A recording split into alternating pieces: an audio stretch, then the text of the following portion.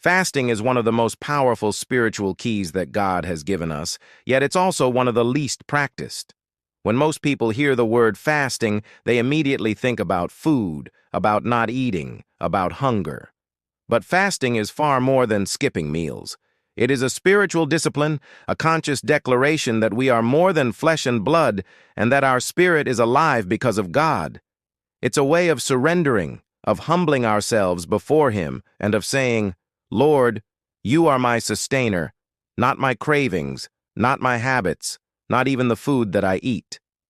Fasting is one of the clearest ways to demonstrate dependence on God, and when it is combined with prayer, it becomes one of the most powerful weapons for breakthrough. Throughout Scripture, we see this truth repeated again and again. Moses fasted for 40 days on Mount Sinai as he received the 10 Commandments from God. Esther called her people to fast before she approached the king, risking her life to save her nation. Daniel fasted for wisdom and insight, and God revealed to him visions that would shape history. Even Jesus himself, the Son of God in human flesh, chose to fast for 40 days in the wilderness before beginning his ministry. If Jesus, who was already filled with the Spirit, found it necessary to fast, how much more do we need it in our lives? Notice this.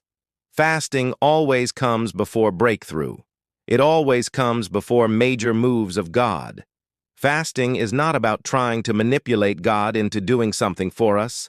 It's about preparing our hearts to receive what He already desires to give. It's about clearing away the noise so we can hear His voice, sense His leading, and walk in His power. Fasting is not just about the body. It's about the soul and spirit. If you simply stop eating without prayer, without worship, without seeking God, that's not fasting, that's dieting. But true fasting is different. It's not a punishment to the body, but a training of the spirit. It's a reset button for the soul, a way of silencing the constant demands of the flesh and amplifying the voice of God. When you fast, you're saying to your body, you don't control me. You're saying to your appetites, you don't rule me. You're saying to your habits, you will not be my master. That is why fasting is so transformative. It reminds us that the spirit is stronger than the flesh, and it gives us the clarity to walk in that truth. When you fast, your spiritual sensitivity increases. You start to hear God more clearly. The distractions fade, the noise quiets down, and suddenly His whispers become audible to your spirit. So often we say, God isn't speaking, but the truth is, He is speaking. We're just drowning Him out with busyness, with entertainment, with indulgence. Fasting clears the channel so we can hear. Fasting also brings breakthrough. Isaiah 58 tells us that true fasting breaks chains, unties heavy burdens, and sets the oppressed free. Some of us carry hidden battles, addictions, toxic patterns, emotional wounds, even financial blockages. Fasting is like a divine sword that cuts through the chains.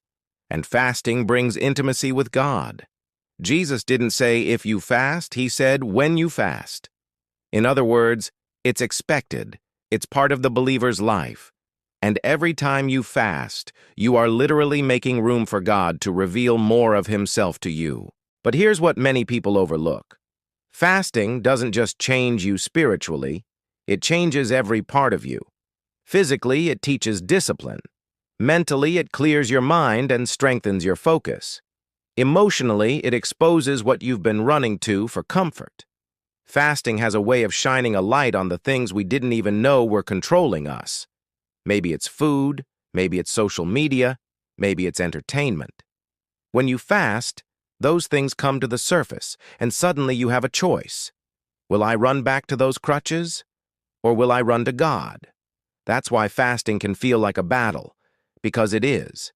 But it's a battle worth fighting, and it's a battle that always ends in victory. There are different ways to fast, and it's important not to get caught up in comparison. Some people do complete fasts with only water for a period of time. Others do partial fasts, like Daniel, who ate only vegetables. Some people fast one meal a day, dedicating that time to prayer.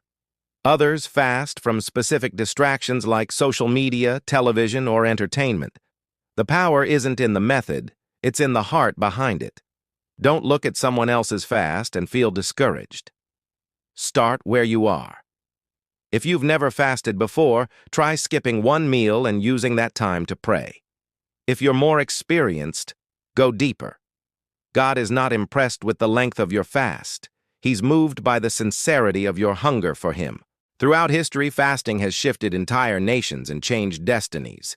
Think about it. Esther's fast saved a people. Daniel's fast gave him visions that shaped kingdoms. Jesus' fast prepared him to overcome the devil in the wilderness and step into his calling. Even in modern times, many men and women of God can point to seasons of fasting that led to their greatest breakthroughs. Because fasting humbles us before God, and when we humble ourselves, He always responds.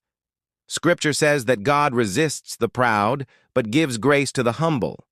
Fasting is an act of humility, a way of bowing low before God, and grace always flows into humility. So maybe you're listening to me right now, and you've been waiting for a breakthrough. Maybe it's financial. Maybe it's healing. Maybe it's freedom from an addiction or a toxic cycle. Maybe you just feel dry spiritually and you've been praying, God, where are you? Could it be that fasting is the very key you've been missing? Don't wait for the perfect time. There will never be a perfect time. Start now. Start small if you must. But begin. Even one day of fasting can shift things in the spirit if your heart is sincere. The power of fasting is real. It sharpens your spirit. It strengthens your faith. It draws you closer to God. It breaks chains. It releases breakthrough. It prepares you for your next level. And if Moses needed it, if Esther needed it, if Daniel needed it, and if Jesus Himself needed it, then you and I need it too. Don't see fasting as a burden. See it as an opportunity to reset, to grow, and to encounter God in a deeper way. And before you go, I want to invite you to continue this journey with me. On this channel, we share messages like this, messages that build faith, ignite purpose, and lead to transformation. If this word has spoken to your heart, if it stirred something inside of you, then don't stop here. Hit that subscribe button right now, turn on the notification bell, and become part of this community of believers who are hungry for more of God. Together we're going deeper, we're growing stronger, and we're stepping into breakthrough. Your next level may be just one message away, so don't miss it. Subscribe today, and let's keep walking this journey of faith together.